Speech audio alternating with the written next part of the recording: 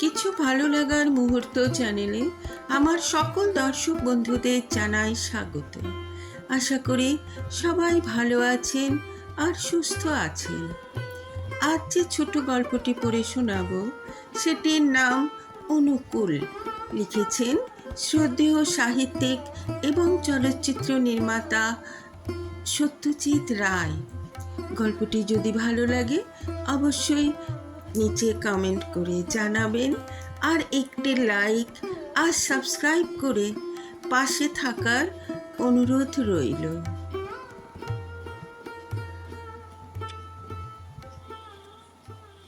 এর একটা নাম আছে তো? নিকুঞ্জবাবু জিজ্ঞেস করলেন।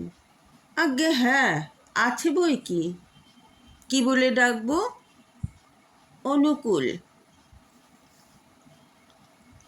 চৌরঙ্গিতে রোবট সাপ্লাই এজেন্সির দোকানটা খুলেছে মাস 6 হলো। নিকুঞ্জবাবুর অনেক দিনের শখ একটা যান্ত্রিক চাকর রাখেন। ইদানিং ব্যবসায় বেশ ভালো আয় হয়েছে, তাই শখটা মিটিয়ে নেবার জন্য এসেছেন। নিকুঞ্জবাবু রোবটটার দিকে চাইলেন।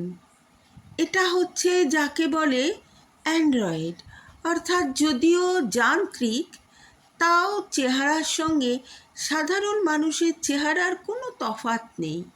দিব্যি সুশ্রী দেখতে, বয়স মনে হয় 22-23-এর বেশি নয়। কি ধরনের কাজ করবে এই রোবট? জিজ্ঞেস করলেন নিকুঞ্জবাবু। ডেস্কের উল্টো দিকের ভদ্রলোক একটা সিগারেট ধরিয়ে বললেন, সাধারণ চাকর যা পারে ও তার সবই পারবে, কেবল রান্নাটা জানে না। তাছাড়া ঘর ঝাড়পোছ করা, বিছনা পাতা, কাপড় কাচা, চা দেওয়া, দরজা জানলা খোলা বা বন্ধ করা সবই পারবে। তবে তবে হ্যাঁ, ও যা কাজ করবে সবই বাড়িতে। ওকে দিয়ে বাজার করানো চলবে না, বা পান সিগারেট আনাতে পারবেন না। আর ওকে কিন্তু তুমি বলেই সম্বোধন করবেন, তুইটাও পছন্দ করে না। এমনি মেজাজ টেজাজ ভালো তো? খুব ভালো। সেদিক দিয়ে ট্রাবল আসবে যদি আপনি কোনো কারণে ওর গায়ে হাত তোলেন। আমাদের রোবটরা ওটা একেবারে বরদাস্ত করতে পারে না। সেটার অবশ্যই কোনো সম্ভাবনা নেই, কিন্তু ধরুন যদি কেউ ওকে একটা চড় মারলো, তাহলে কি হবে? তাহলে ও প্রতিশোধ নেবে। কিভাবে? ওর ডান হাতের তর্জনীর সাহায্যে ও হাই ভোল্টেজ ইলেকট্রিক শক দিতে পারে। তাতে মৃত্যু হতে পারে। তা পারে বই কি। আর আইন এ ব্যাপারে কিচ্ছু করতে পারে না, কারণ রক্ত মাংসের মানুষকে যে শাস্তি দেওয়া চলে, যান্ত্রিক মানুষকে তা চলে না। তবে এটা বলতে পারি যে এখনো পর্যন্ত এরকম কোনো কেস হয়নি। রাত্রিরেও কি ঘুমোয়? না, রোবটরা ঘুমোয় না। তাহলে এতটা সময় কি করে? চুপ করে বসে থাকে। রোবটের ধৈর্যের অভাব নেই। ওর কি মন বলে কোনো বস্তু আছে? ওরা এমন অনেক কিছু বুঝতে পারে যা সাধারণ মানুষ পারে না। এই গুণটা সব রোবটের যে সমান পরিমাণে থাকে তা নয়। এটা খানিকটা লাকের ব্যাপার। এ গুণটা সময়ে প্রকাশ পায়। নিকুঞ্জবাবু রোবটটার দিকে ফিরে বললেন, অনুকূল, আমার বাড়িতে কাজ করতে তোমার আপত্তি নেই তো? কেন থাকবে? 16 আনা মানুষের মতো গলায় বলল অনুকূল। তার পরনে একটা নীল ডোরাকাটা শার্ট আর কালো হাফ প্যান্ট, বাঁ পাশে টেরি আর পাট করে আঁচড়ানো চুল। গায়ের রং বেশ ফর্সা, দাঁতগুলো ঝকঝকে, আর ঠোঁটের কোণে সবসময় যেন একটা হালকা হাসি লেগে আছে। চেহারা দেখে মনে বেশ ভরসা আসে। তাহলে চলো। নিকুঞ্জবাবুর মারুতি ভ্যান দোকানের বাইরেই অপেক্ষা করছিল। অনুকূলের জন্য চেকটা দিয়ে রসিদ নিয়ে তিনি বেরিয়ে পড়লেন। তিনি লক্ষ্য করলেন যে ভৃত্যের হাঁটা চলা দেখেও সে যে যান্ত্রিক মানুষ সেটা বোঝার কোনো উপায় নেই।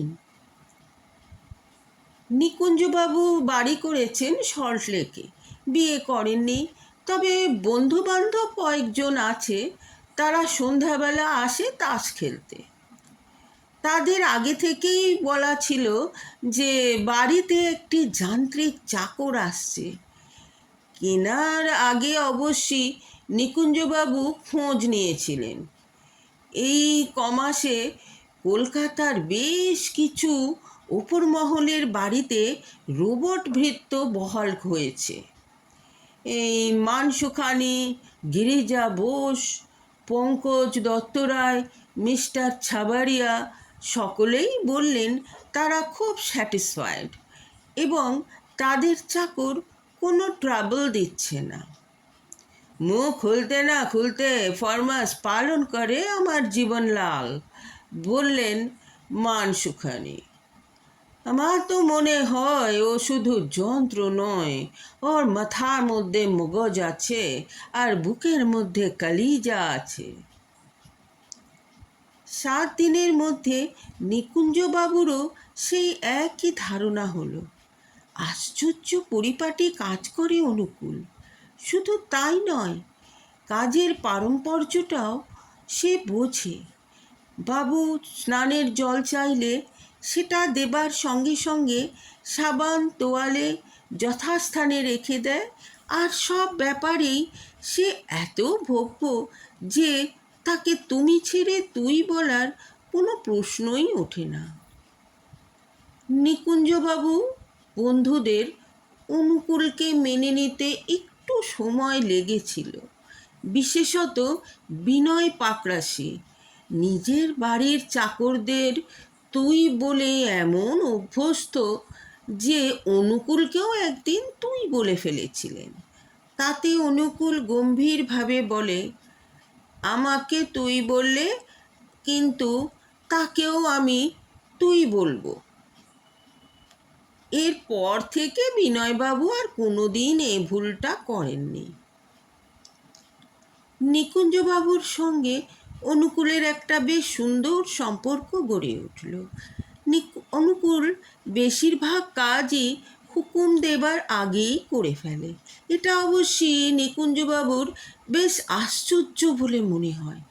কিন্তু রোবট সাপ্লাই এজেন্সির মিস্টার ভৌমিক বলেছিলেন যে তাদের কোনো কোনো রোবটের মস্তিষ্ক বলে একটা পদার্থ আছে, চিন্তা শক্তি আছে। অনুকূল নিশ্চয়ই সেই শ্রেণীর রোবটের মধ্যেই পড়ে। ঘুমানোর ব্যাপারটা সম্বন্ধে নিকুঞ্জবাবু ভৌমিকের কথা পুরোপুরি বিশ্বাস করতে পারেননি।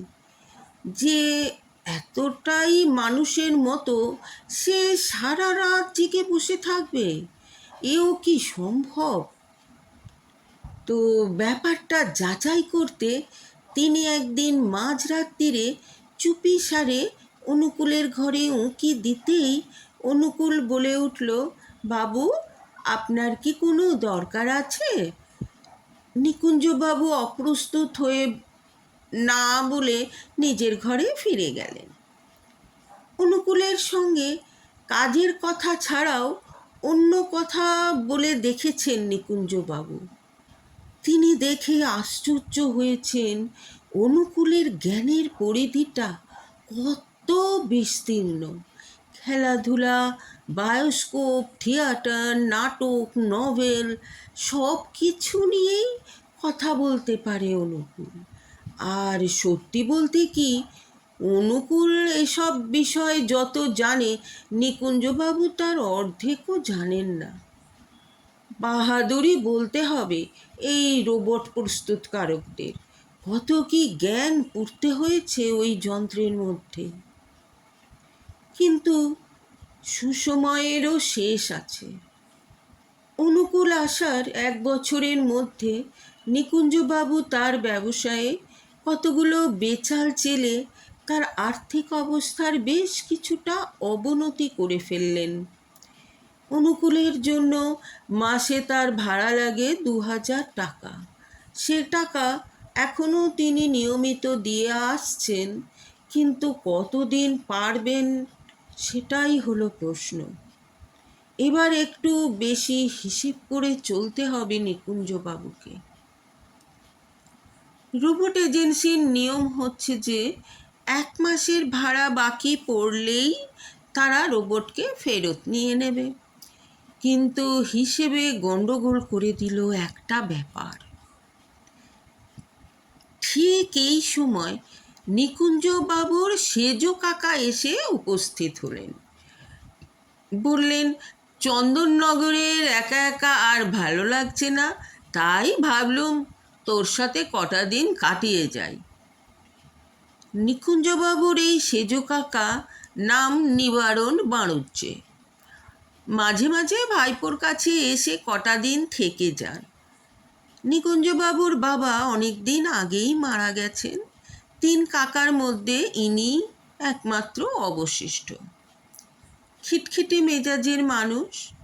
শোনা যায় ওকালতি করে অনেক পয়সা করেছেন, তবে বাইরের হালচালে তা বোঝার কোনো উপায় নেই। আসলে ভদ্রলোক বেজায় কঞ্জুস। কাকা এসেই যখন পড়েছেন তখন থাকবেন বই কি, বললেন নিকুঞ্জবাবু।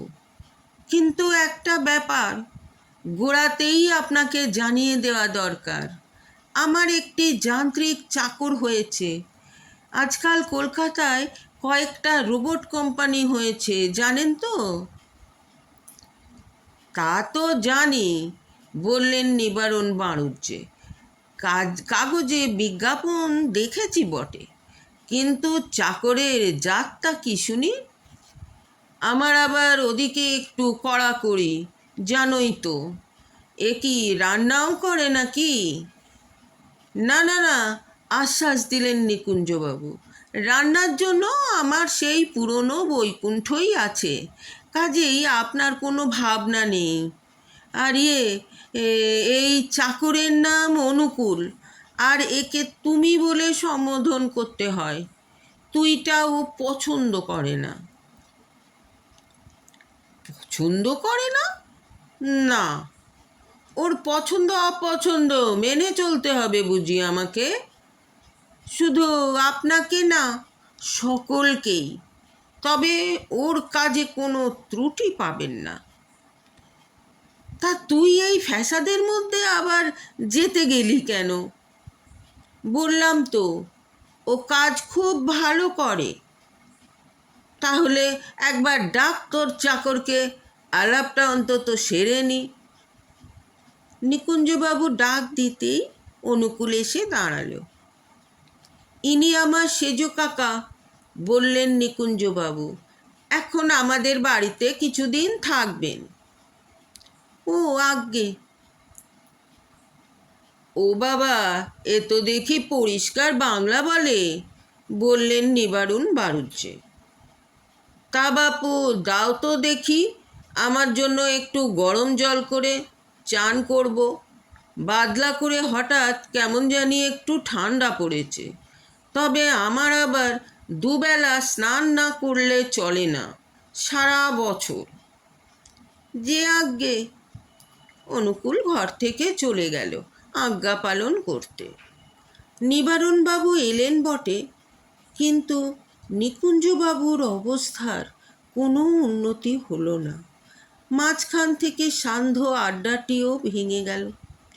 একে তো খুড়োর সামনে জুয়া খেলা চলে না, তার উপর নিকুঞ্জবাবুর সে সংস্থানও নেই। এদিকে কাকা কতদিন থাকবেন তা জানা নেই। তিনি মর্জি মাফিক আসেন, আবার মর্জি মাফিক চলে যান।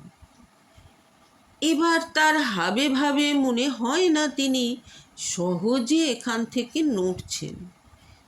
তার একটা কারণ এই যে অনুকূল সম্বন্ধে তার একটা অদ্ভুত মনোভাব গড়ে উঠেছে। তিনি এই যান্ত্রিক ভৃত্যটি সম্বন্ধে যুগপৎ আকর্ষণ ও বিকর্ষণ অনুভব করছেন। চাকর যে ভালো কাজ করে সেটা তিনি কোনো মতেই অস্বীকার করতে পারেন না, কিন্তু চাকরের প্রতি ব্যবহারে এতটা সতর্কতা অবলম্বন করাটাও তিনি মোটেই বরদাস্ত করতে পারছেন না। একদিন ভাইপোকে বলেই ফেললেন, নিকুঞ্জ, তোর এই চাকরকে নিয়ে কিন্তু মাঝে মাঝে আমার খুব মুশকিল হচ্ছে। কেন কাকা? নিকুঞ্জবাবু ব্যস্ত হয়ে প্রশ্ন করলেন। সেদিন সকালে গীতার একটা শ্লোক আওড়াচ্ছিলাম, ও বেটা আমার ভুল ধরে দিলে। ভুল যদি হয়েই থাকে সেটা সংশোধন করা কি চাকরের কাজ? ব্যাপারটা একটু বাড়াবাড়ি হয়ে যাচ্ছে নাকি?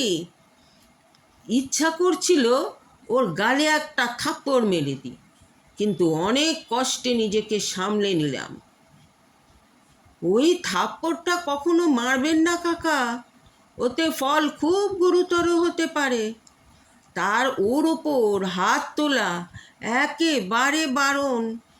আপনি তার চেয়ে বরং ও কাছাকাছি থাকলে গীতা টিতা আওড়াবেন না, সবচেয়ে ভালো হয় একেবারে চুপ করে থাকলে। নিবারণবাবু গজগজ করতে লাগলেন। এদিকে নিকুঞ্জবাবুর অবস্থার কোনো উন্নতি হয়নি। অনুকূলের জন্য মাসে 2000 করে দিতে এখন ওর বেশ কষ্টই হচ্ছে।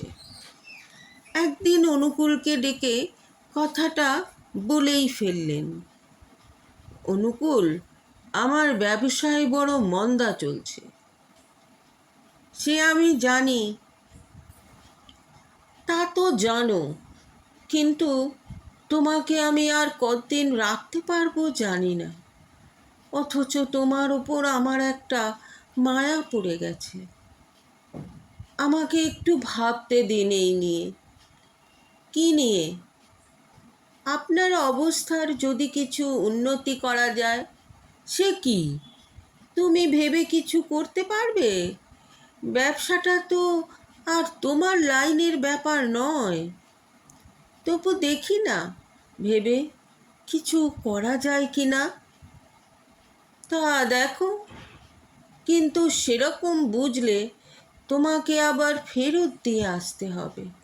এই কথাটা তোমাকে আগে থেকেই জানিয়ে রাখলাম। যে আজ্ঞে। 2 মাস কেটে গেল। আজ আষাঢ় মাসের রবিবার। নিকুঞ্জবাবু বুঝতে পারছেন টেনে টুনে আর 2 মাস তিনি অনুকূলের ভাড়া দিতে পারবেন। তারপর তাকে চাকরের খোঁজ করতে হবে। সত্যি বলতে কি, খোঁজ তিনি এখনই আরম্ভ করে দিয়েছেন। ব্যাপারটা তার মোটেই ভালো লাগছে না। তার উপর আবার সকাল থেকে বৃষ্টি, তাই মেজাজটা আরও খারাপ। খবরের কাগজটা পাশে রেখে অনুকূলকে ডাকতে যাবেন এক পেয়ালা চায়ের জন্য, এমন সময় অনুকূল নিজেই এসে হাজির। কি অনুকূল, কি ব্যাপার?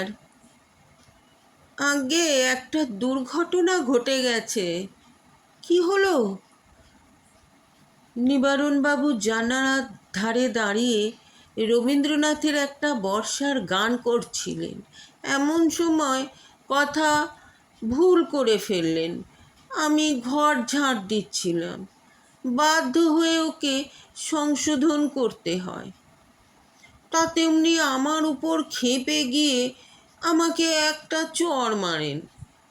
ফলে আমাকে প্রতিশোধ নিতে হয়। প্রতিশোধ? আজ্ঞে হ্যাঁ, একটা হাই ভোল্টেজ শক ওকে দিতে হয় ওর নাভিতে। তার মানে উনি আর বেঁচে নেই। অবশ্যই যেই সময় আমি শকটা দিই সেই সময়ই কাছেই একটা জোরে বাজ পড়েছিল। হ্যাঁ, আমি শুনেছিলাম। কাজেই মৃত্যুর আসল কারণটা কি সেটা আপনার বলার দরকার নেই। কিন্তু আপনি চিন্তা করবেন না, এতে আপনার মঙ্গলই হবে। আর হলোও তাই।